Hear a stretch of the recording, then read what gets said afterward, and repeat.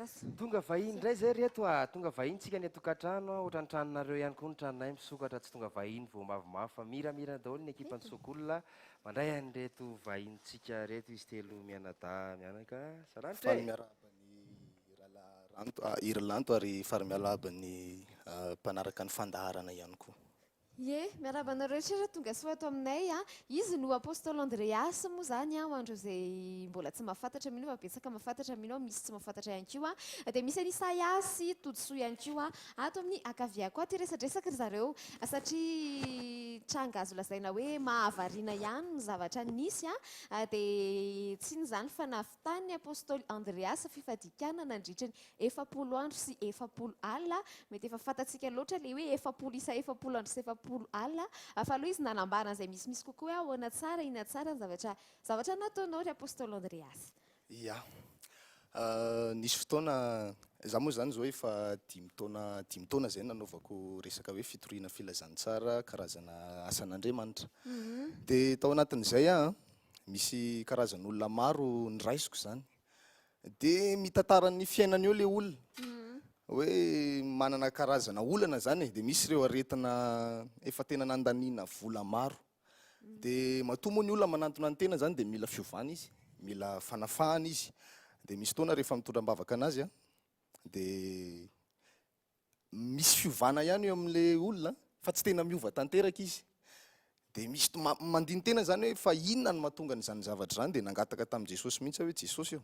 Fa inona no tokony ataoko satria ilay olona mahatomba manantona hoentinam-bavaka zany dia mila fiovana izy. Dia tao anatin'izay moa ny tompony nampahafantatra anao hoe raha mamaky baiboly ianao izy dia jereo tsara fa talohany nanaovako asa ozy izy dia niditra tao anatin'io fifadian-kanina 7 andro sy 7 alina io dia teo aho vao tonga saina zany dia ay ve ho azy ilay izy dia niditra tao anatin'ilay izy zany ny fadianina 7 andro sy 7 alina rano mangatsika fotsiny no nosotroina tamin'izany. Mety gaga ianao hoe ahoana no ahafahan'ny olona manatanteraka izany fa possible izy rehefa miaraka amin'Andriamanitra zany miaraka amin'ny herin'Andriamanitra.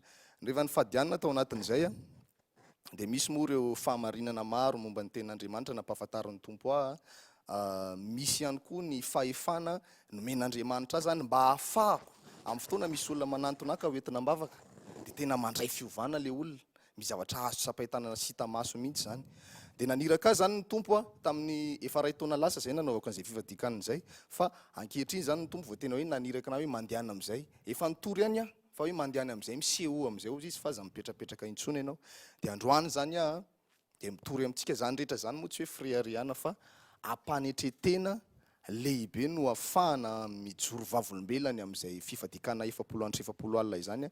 Ny antony nanaovana azy mba ahafahana manampy ny vahoaka malagasy, ahafahana manampy izay rehetra matsapa fa tsy salama efa nandany vola tamina resaka fakanesana any amin'ireny karazana mpitsabo rehetra reny kanefa tsy nandray fanasitranana na hoe ireo fiainan'ny olona tena ao anatin'ny fikorontanana sy ny fahampotehana zany anampy olona mihitsy zany ny antony nidirako tao anatin'izay fifadian-kanina izay mba hampaherezana antsika zany. Le tamin'ny herintaona lasa aloha dia rehefa avetsika toy eny tsika tsy hoe tamin'ilay 7 andro sy 7 alina ve dia tsy nanao ninina mihitsy ve apôstôly Andreas fa tena hoe izany hoe tiako tenenina tsy nandehandeha tsy nanao activité fizika sy anona mihitsy ve fa tena nipetraka dia nandefa réflexion sy eritreritra fotsiny. Tao anatin'izay 7 andro sy 7 alina zay ihany katotrano naka efitrano manokana mihitsy zany dia tao foana dia mivavaka anao tao dia mamaky baiboly dia raha tsy mivavaka dia mamaky baiboly dia misy fotoana rehefa le maraindrina iny mba makamaka rivotra kely zany eo ivelany eo fa tsy mandehandeha mihitsy tsisy ninina taona dia rano ihany no nisotroana. Dia nanaona ny fiainanao an'izay nanahoana ny fiainanao an'izay amin'ny maha-olombelona le izy mafy tena efa nisy fotoana ary tao anatin'le tsy haiko fa 30 andro satria tany amin'ny 30 andro tany zany efa tsy tafatsangana intsony dia teo naika teny hoe ajanoko ty fa rehefa nampaherezan'ny tombo zany tao anatin'izay dia vitako ihany le izy fa efa misariko moa any efa tena tsy ohatry zao poziko zao tsony fa tena ratsy tarehibe mihitsy tena nahi tena taolana amin'ny fonoditra ozy ny filazantsika azy zay.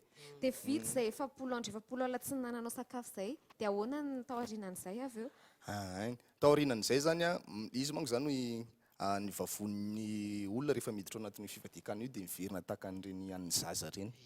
Dia tsy afaka tonga dia mirotoroto be zany hoe voatapaka le fifadiakana le rano mangatsika fotsiny sotroina dia tonga dia hoe hihinana sakafo be sy ny karazany fa legioma aloha inona misy ty voankazo zany no hohanina dia mandritry ny 7 andro sy 7 alina indray dia iny voankazo zany dia afaka rehefa ohatra any feno 20 jours hoany ny fanapahanao an'ilay izy dia afaka mihinana legioma zany dia izay no nataoko 7 andro sy 7 alina ny sotro rano mangatsika fotsiny dia 7 andro sy 7 alina zany nanapaka azy mihinana legioma sy voankazo. Dia avy eo taorianan'izay? Taorianan'izay amin'izay zany zavatra nafinaritra fa nahita vokatra. Tena nahita vokatra satria nisy fotoana tamin'izay nanao fotoam-bavaka dia rehefa nanao fotoam-bavaka dia tao am-piangonana moa tamin'izay nanao solomaso be daholo ny olona narary maso daholo ny olona zay tonga tao rehefa naheno an'ilay fifadiakana sy 7 andro sy 7 alina dia nanao etsim-ponona tamin'izay hoe niza manana solomaso marary maso tonga eto dia atyro ety aloha ety ny solomasonao tsy ametrahana tanana ianao fa hosotranin' Jesosy fotsiny dia tao anatin'izay moa 2 isan'ny olona sitrana teno eo ny masony misy isan-karazany mihitsy misy lopy be sy ny anina be reny ny solomason'zareo fa sitrana teno eo ry zareo zany mbola be da be izy misy fotoana izay moa mpitory eny ankalamanjana eny le mandeha ny andalana eny dia mitory filazantsara amin'ny olona eny dia misy malemy eny nitsangana misy eny matila dia sitrana le olona be da be le izy.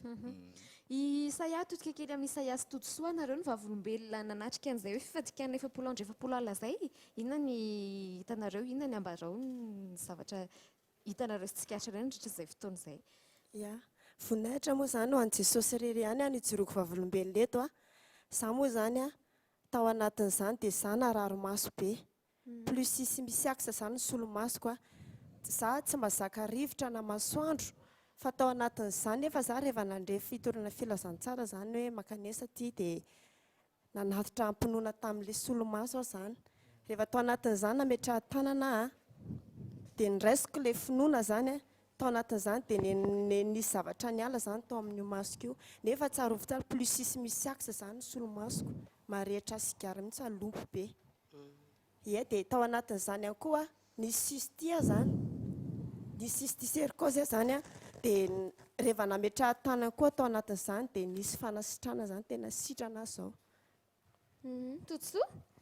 Ya voninahitra ho an'Andriamanitra rery ihany koa nijoroako vavolombelona fa za zany tanatin'ny areti-po tena hoe grave za io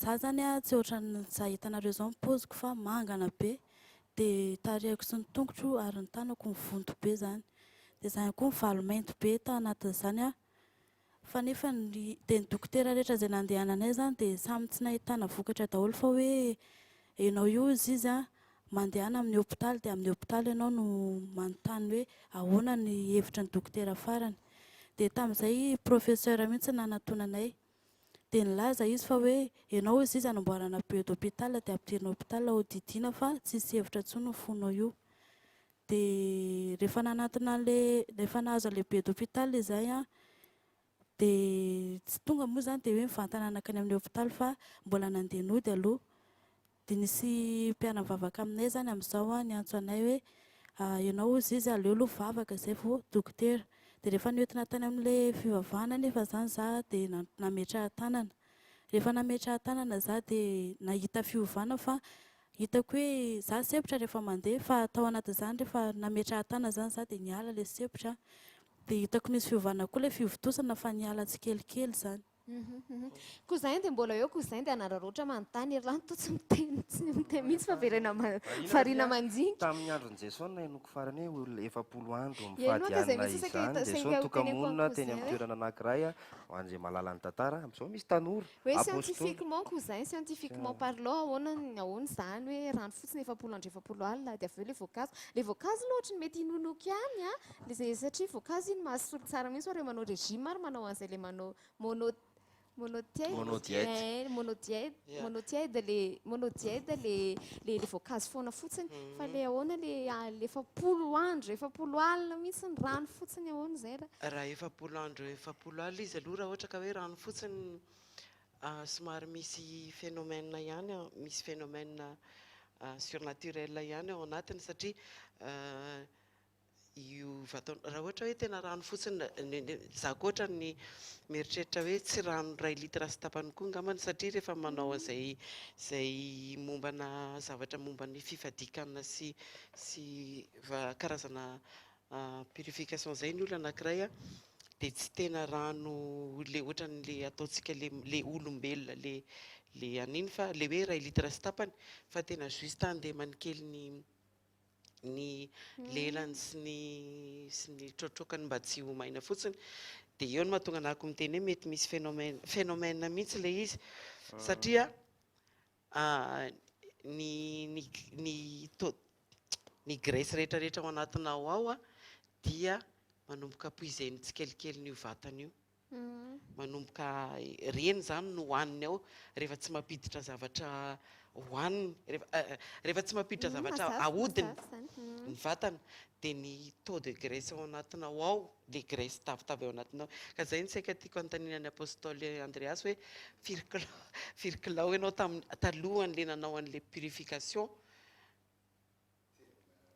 sa ohatran'izao foana ohatran'izao ianao talohan'le somary ngezangeza ie zay micro ny apôstoly Andreas azafady somary ngezangeza kely no zao zany tamin'izany io ampanarinana an'le toe-batako mihitsy zany amin'izao io satria tena kely fa amin'izao io efa misakafo efa misakafo tsara efa misakafo gasy rehetra misakafo tsara ohatran'ny olona rehetrarehetra mihitsy tsara raha mba noentinao le sary mba nijerevanay eto tena io tokoa any le anao tamin'ny anao le koka zany le tena na izany mety amintsika zany iso mety amintsika zany zay moa tsy anaty fanaovana défi amin'izao fotoana izao manena vatana ohatran'izay eto ny fanahy voakolokolo ny vatana ny hena raha teo mahazo roa tsara mety tonga dia le maha olombelona anankitelo mihitsy fa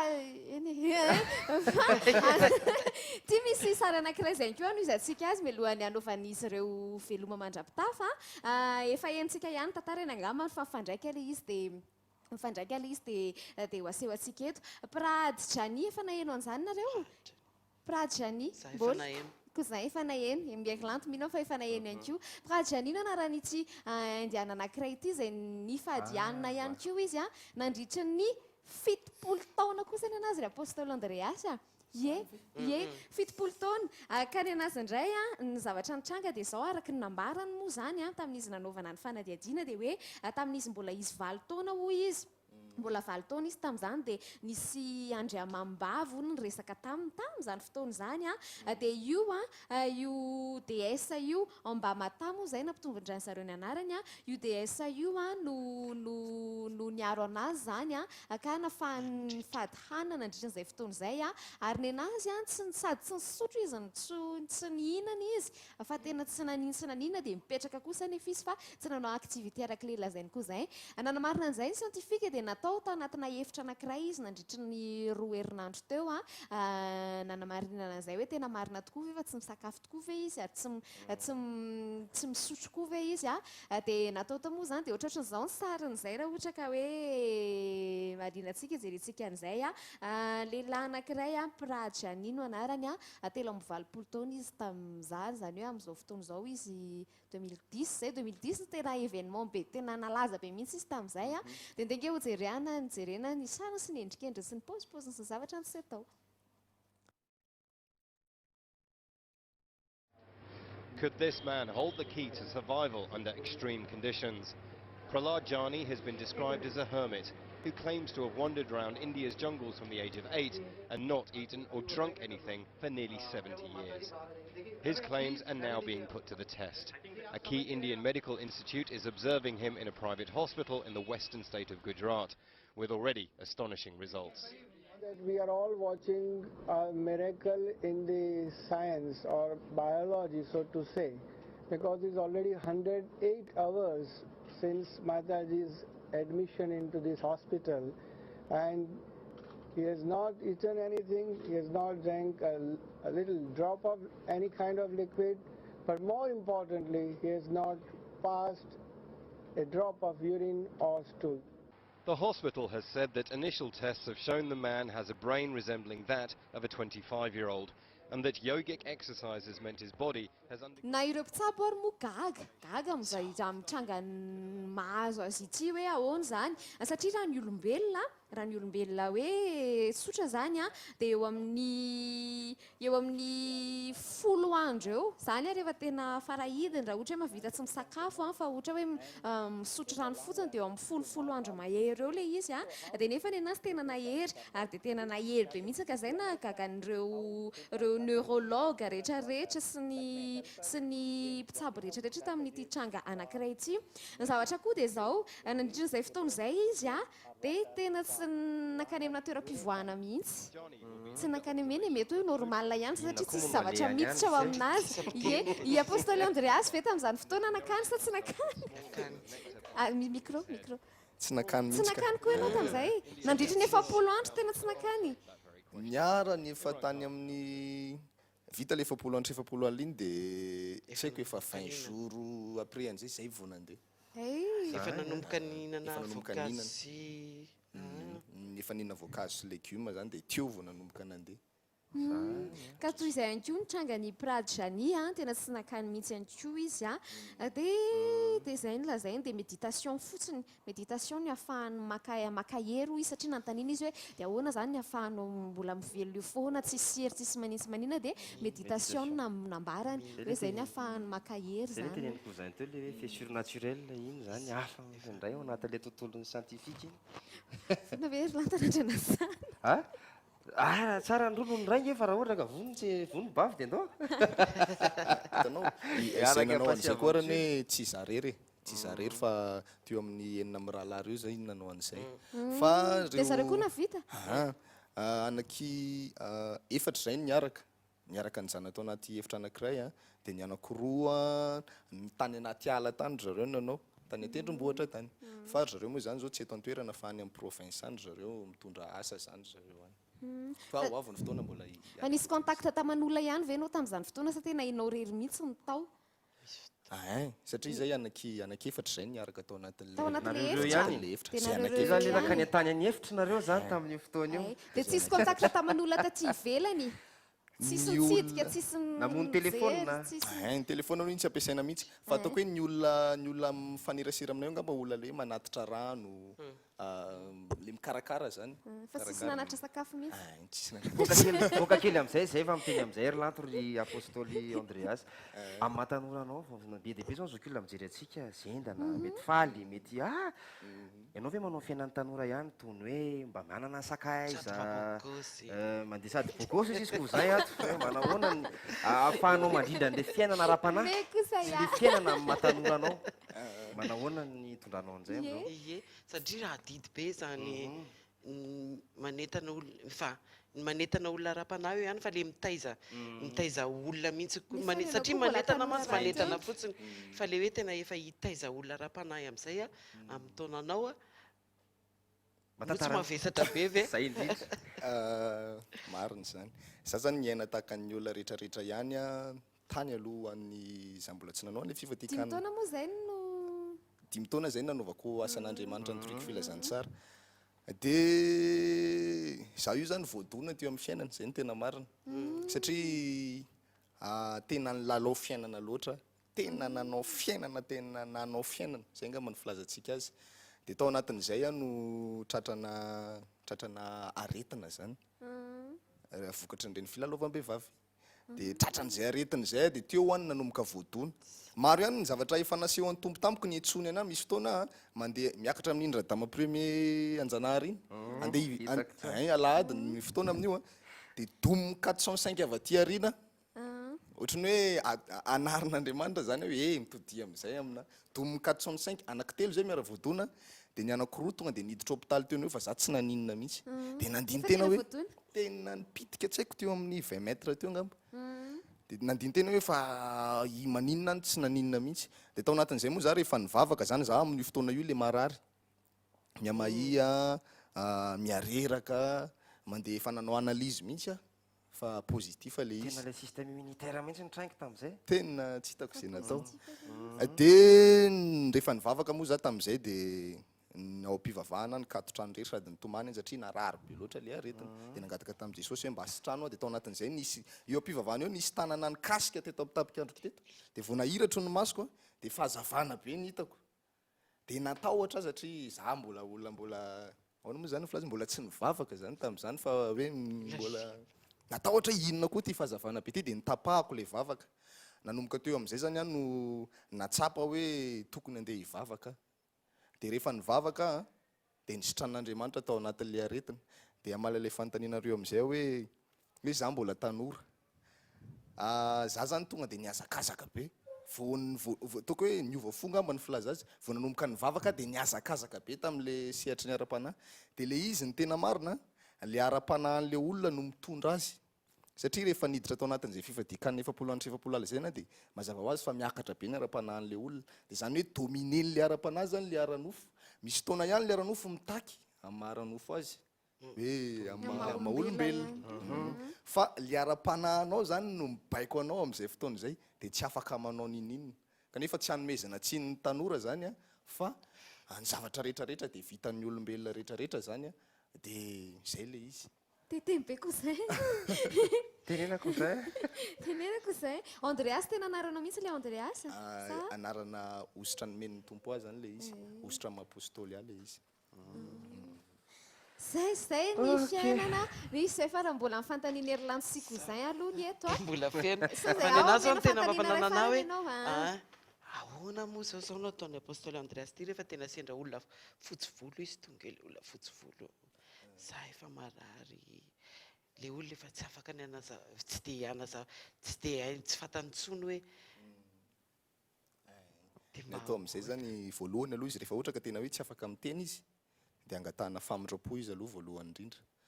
Dia rehefa angatahana famindrapo zany le olona dia hoentinao ambavaka mitrahana tanana fotsiny. Na tsy voatery mitraha tanana le olona fa hoentina ambavaka. Dia ao anatin'izany le olona dia tena mandray fanasitranana. Vao tamin'ny omaly ngamba zao nisy olona tsy mahetsika eo ambony fandriana. Fa rehefa noentina ambavaka izy dia tsangana tonga izy mihitsy ny teny hoe za hitsangana amin'izay ozy izy. Dia nandeha le olona rehefa feo. Ok, zay ny lalana andiavin'ny apôstôly Andreas. Manambady moa ianao sa tsy manambady?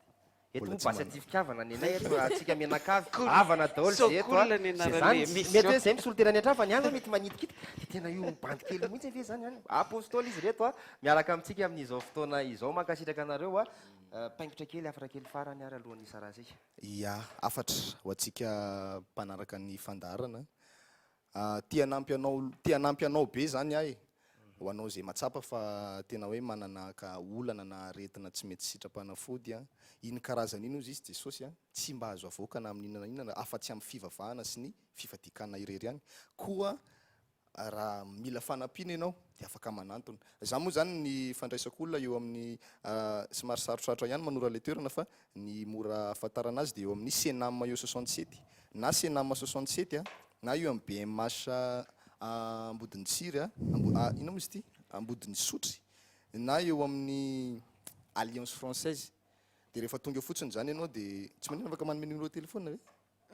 Afaka miantso an'ity numéro ty zany ianao 033 91 766 033 91 711 66 averiko farany 033 91 711 66. Afaka miantso zany fa afaka mandray anao isanandro manomboka amin'ny 7 ora maraina. Ia. Eny ary misaotra anareo na makasitraka anareo tonga teto aminay teto nampafantatra an'izany nafanana naroatra fantaniana ihany koa fa raha mbola tohizany iny dia mbola zay efa nisy ny antsady ianao efa nisy ny antsady ianao ie misaotra ny Isaiady misaotra ny Totosoa ihany koa tonga soa teto aminay dia makasitraka anareo telo miarada dia anaraka doka varitra ary tsika dia avy eo miverina ihany mbola mitony fandarana.